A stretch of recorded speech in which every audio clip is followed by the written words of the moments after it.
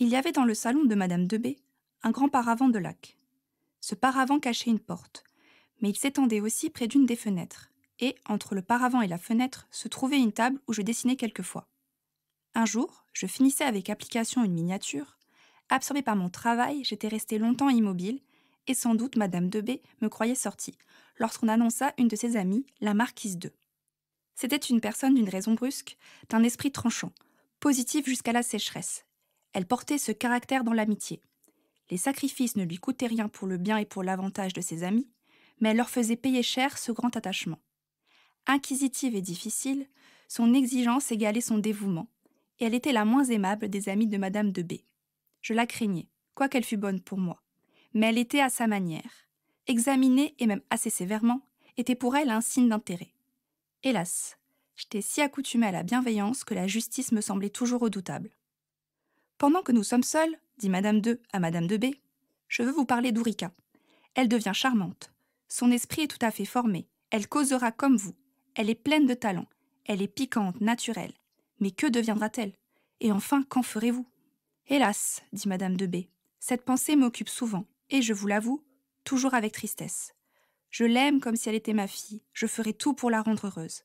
Et cependant, lorsque je réfléchis à sa position, je la trouve sans remède.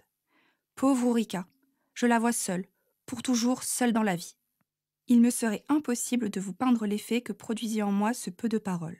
L'éclair n'est pas plus prompt. Je vis tout. Je me vis négresse, dépendante, méprisée, sans fortune, sans appui, sans un être de mon espèce à qui unir mon sort. Jusqu'ici un jouet. Un amusement pour ma bienfaitrice. Bientôt rejetée d'un monde où je n'étais pas faite pour être admise. Une affreuse palpitation me saisit. Mes yeux s'obscurcirent. Le battement de mon cœur m'ôta un instant la faculté d'écouter encore. Enfin, je me remis assez pour entendre la suite de cette conversation. « Je crains, disait Madame de, que vous ne la rendiez malheureuse. Que voulez-vous qui la satisfasse, maintenant qu'elle a passé sa vie dans l'intimité de votre société? Mais elle y restera, dit Madame de B. Oui, reprit Madame de, tant qu'elle est un enfant. Mais elle a 15 ans. À qui la marierez-vous? Avec l'esprit qu'elle a et l'éducation que vous lui avez donnée. Qui voudra jamais épouser une négresse? Et si, à force d'argent, vous trouvez quelqu'un qui consente à avoir des enfants nègres, ce sera un homme d'une condition inférieure et avec qui elle se trouvera malheureuse. Elle ne peut vouloir que de ceux qui ne voudront pas d'elle. Tout cela est vrai, dit Madame de B. Mais heureusement, elle ne s'en doute point encore, et elle a pour moi un attachement qui, j'espère, la préservera longtemps de juger sa position. Pour la rendre heureuse, il lui fallut en faire une personne commune. Je crois sincèrement que cela était impossible.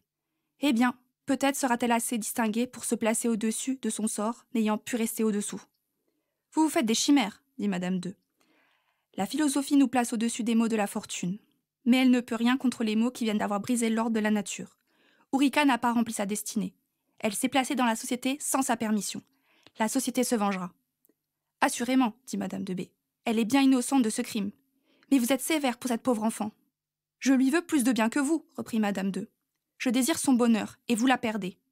Madame de B répondit avec impatience, et j'allais être la cause d'une querelle entre les deux amies. Quand on annonça une visite, je me glissai derrière le paravent, je m'échappai.